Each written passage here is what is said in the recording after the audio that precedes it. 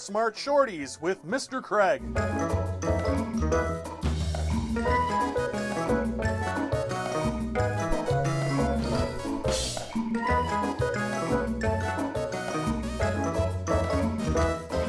Hi gang, Mr. Craig here for an Art Smart Shorty with Mr. Craig. I represent the Boys and Girls Club of Greater Green Bay and the Youth Arts Initiative, and I want to come at you guys with some quick art lessons because my other ones about the comics and stuff take that super seriously, so I go a little bit long-winded, but I want to give you guys some tips to make you a better artist and hopefully let you see the world in different ways.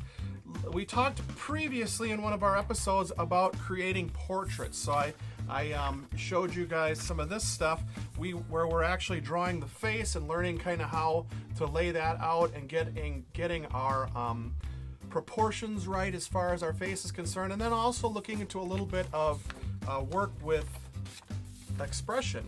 But now I want to talk to you guys about the proportions of the human body, and that we can spend a lot of time. In fact, I took an entire course in college on drawing the figure. It was a lot of work. This little guy right here, this guy here is going to be kind of my little helper model, and these are wonderful tools, but they're also very fragile. I brought it into the Boys and Girls Club one time, and he broke his elbow. Some mystery kid thought he was an action figure and really tried to manhandle him and ended up breaking them. They're fairly fragile, so what we want to do is we want to be gentle. Although if you are at a rummage sale and you see a couple superhero action figures, you can easily get one of them for your drawing model and to work from that. But when we're working on the human body, the proportion, let's see, from the head, we're going to measure things from a head size. And the basic human being is about 5 heads tall. So if we counted it 1, 2, 3, 4, 5, we'd probably get about 5 heads in a normal person. But for a superhero, they're a little bit taller. So we're gonna make superheroes about 6 heads tall, and that's pretty traditional. And a normal human being, you can fit a head on each side of their shoulders. Maybe on a superhero, you have a little bit more on each shoulders because their shoulders are wide and tough and strong. Now, what we're also going to take a look at is that our arm is the same distance. The arm is the same distance from our elbow to our shoulder point, where our shoulder bone connects to our body. From there to there, it's the same distance from our wrist to that point too. So that is something that we want to kind of keep into mind when we're working on drawing the human figure.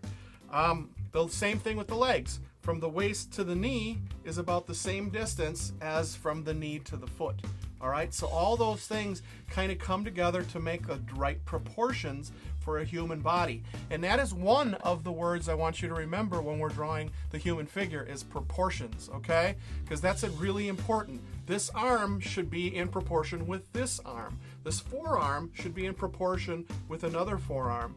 The other word I want you to know about is called foreshortening. Foreshortening, and that is something that's tricky because while this arm is the same length as this arm, when I all of a sudden put one hand forward over here and the other one way in the back, both of my hands are the same size in reality. Look, same size. But when I do them like this hand here becomes much larger because it's in the foreground than this one here in the background. Okay, that's called foreshortening.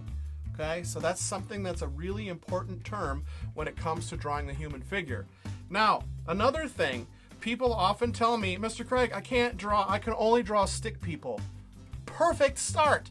That is the absolute perfect start when you're drawing a human figure, because when you're doing that, you want to kind of draw your head shape in there, and a lot of figure artists will just kind of put an X where the eyes would meet where they would cross over, and the nose. So this is kind of splitting the face like we did earlier. But now with a stick person, we kind of make a spine and our shoulders for the stick person. Now once I know where my shoulders are, I can kind of make a line out that represents the upper part of my arm and a line down that represents my other point.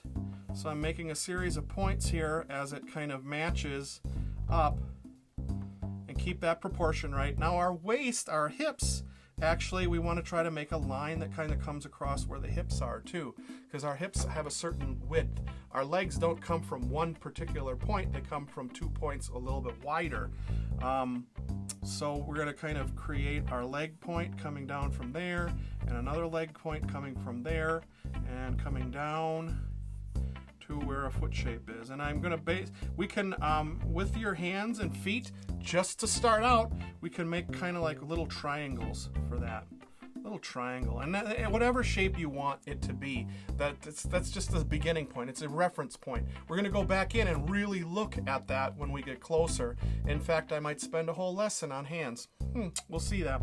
Now, once I have my skeleton figure drawn, this is just my basic outline. Now I go in and flesh it out. Or in this particular case, I'm going to put some clothing on him. So I'm going to kind of put in here where his sleeve would be, and kind of make some wrinkles where the elbow is, because there's going to be a bunch up of material there. And going to come through here and up in where the arm connects to the body, there's going to be some wrinkles there too. So we're going to kind of get that, and then I might want to bring in where the back of the person's body would be, and get my waist line where the shirt would connect, and go up in here where the chest is, get another shoulder going. And again, think about wrinkles helps a lot to draw a lot. So the more you draw, the more you see all those details in real life, the more you understand how that fabric works. And that helps out a ton. And get my body going on here, an elbow down, maybe get some wrinkles in there, maybe get some wrinkles across the chest a little bit. And now I can actually go in here and add a little bit of value if I want, but I should probably lay out the rest of this guy. So I'm probably moving on a little bit fast before I get any of my details on there. Figure out my collar for the shirt and how I want that to be. And when I'm getting down here, my proportion kind of got off on this leg. I can see that already just looking at it. And before I get too much detail in there, I want to have his hand on his hip. So let's throw a hand in there. And again, we'll spend some time on hands in the near future. And now his knee is going to come out here, and I'm going to kind of get his cuff of his pants really close to where the foot would be. And jeans are always fun because they have that seam that runs all the way up them. And if you kind of make that seam in there, it helps to add this illusion or this understanding that it's a pair of pants. Everybody seems to understand how pants work, but it actually helps a lot to be able to do those lines in there that people understand.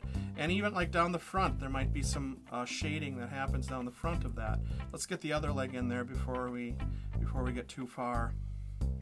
And again, if I were going to be drawing this for a comic book or a drawing that I really wanted to use for something, I would use either a model like this, or I would take some pictures of people and myself posing in different positions to get myself the photo reference that I want. That helps out a ton when you're drawing things like that. If you have something that you have in mind that you want to draw, work from a reference, and it'll help quite a bit.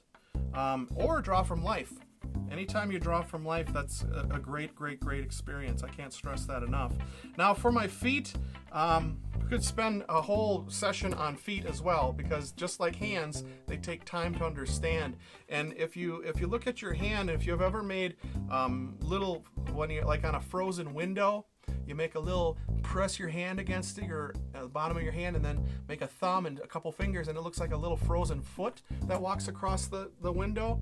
That's sort of a shape that you can think about when you're thinking about feet, because that helps you to understand the shape that you're trying to replicate. So that's the shape that touches the ground, and then you just kind of make some shoes around that. Make it come up and finish that off.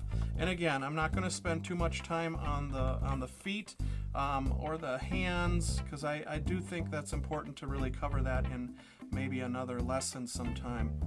And then finally, all of this you'd be working on at the same time too. So I'm kind of breaking this down into one drawing.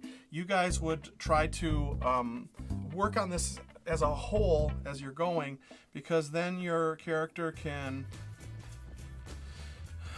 get in here. And again, I'm just kind of flying through here to try to make a character for fun. And here is my guy.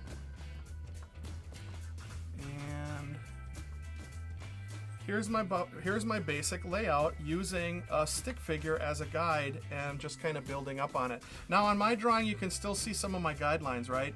Yeah. But if you're doing it for yourself, you can draw them super light so that they're easy to erase, number one, and you can easily get rid of them.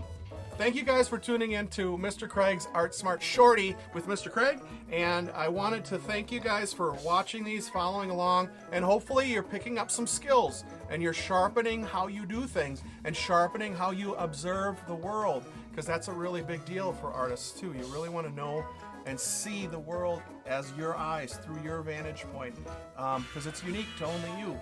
Only your set of eyes can see the things that your eyes are seeing, so that's pretty cool. Until then, continue to work on your skills, continue to stay healthy both mentally and physically, and let's see you guys in the future. Hopefully you're getting stuff done. Have a good day.